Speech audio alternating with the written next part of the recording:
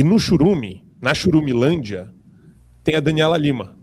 E eu vou jogar para o Segré, então. Obrigado. Vamos colocar o primeiro vídeo dela. Publicada hoje mostrando Flávio Bolsonaro empatado com o Luiz Inácio Lula da Silva, a gente entende o tamanho do pepino, né?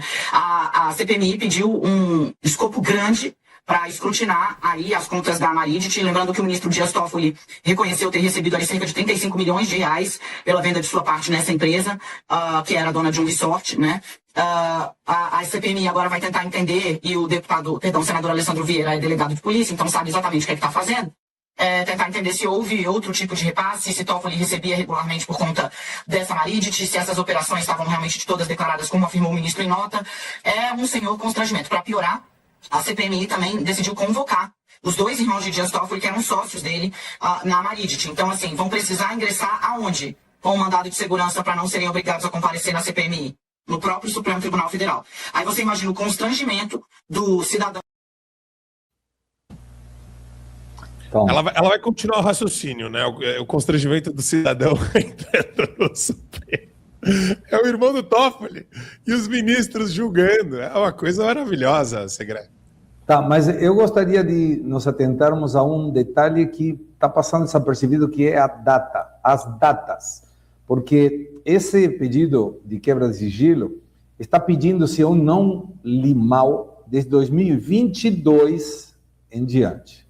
E as operações que parecem ter tido uma participação dos fundos do Borcaro foram em 2021, pelo menos parte deles. Então, eu tenho aqui na minha frente quais são os administradores da empresa. Inclusive, um dado interessante, o capital social da empresa, e não foi alterado até hoje. Esse pedido foi feito na semana passada, das informações que eu tenho aqui. É de R$150. Ou seja, uma empresa que tem participação patrimonial de um empreendimento imobiliário que tem um valor, aparentemente, de R$200 milhões, foi feita através de uma empresa que tem um capital de R$150. E aí você vê que o objeto social é participação em outras sociedades, exceto holdings, compra e venda de imóveis próprios, mas essa empresa foi aberta em 31 de agosto de 2020.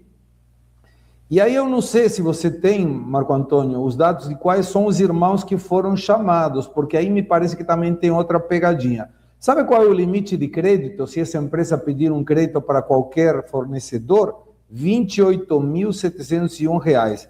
Seria, ou seja, ninguém daria um crédito maior a esse valor correndo o risco de devolução ou de inadimplência. E te digo por que a data. E eu pergunto para vocês, se vocês têm o nome dos dois irmãos, porque um é José Eugênio, que é aquele que era acho que é eletrônico, uma coisa assim.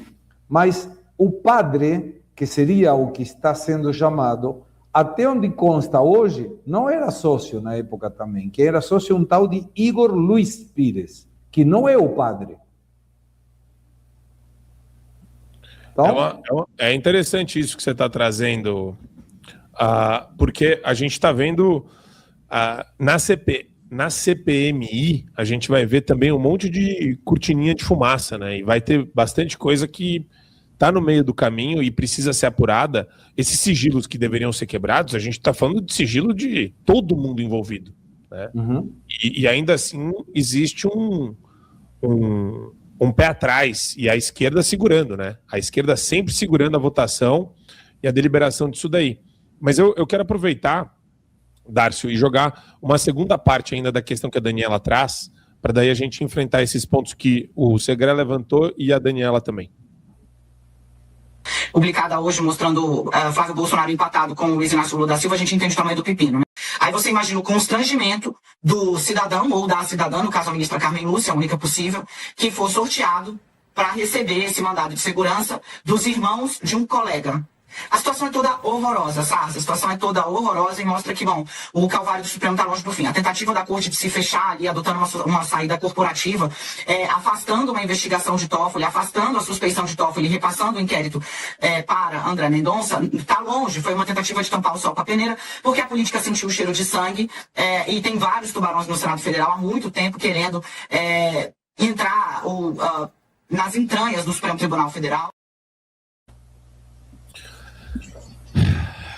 Então, se a Daniela Lima falou, é sinal verde do Palácio do Planalto para fritar o cara?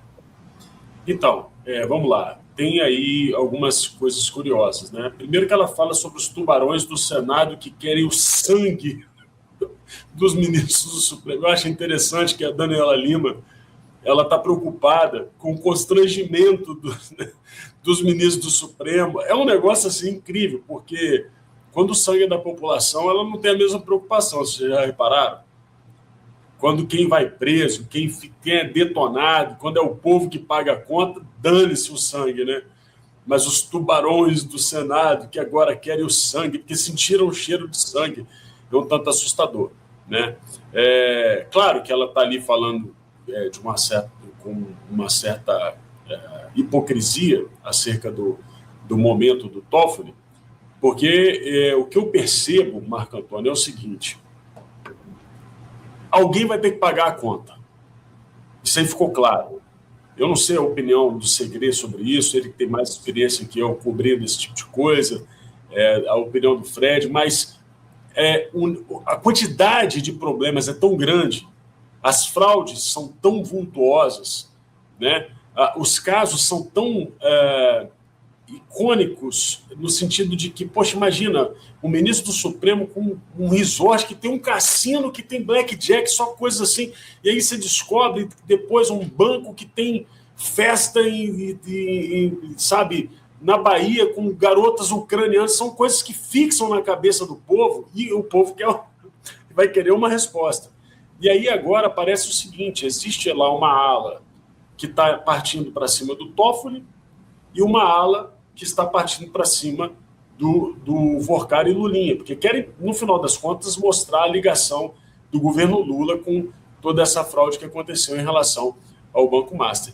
Então, assim, é curioso como que os veículos de mídia, em alguma medida, e até o funcionamento da casa, da CPI, funciona, para um lado, de uma forma muito mais leve do que para o outro. Porque você quebrar, por exemplo, o sigilo de alguém do entorno do Lulinha é muito mais difícil. Você avançar para cima das questões do INSS é muito mais custoso. Vocês estão vendo o trabalho que o Alfredo está fazendo. Agora, em relação ao Toffoli, a coisa meio que flui de uma forma um pouco mais fácil. Parece que o Toffoli vai acabar pagando a conta.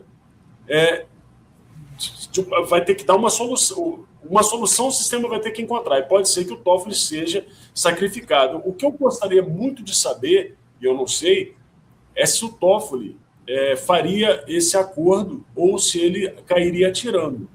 Porque ele deve saber muita coisa, né?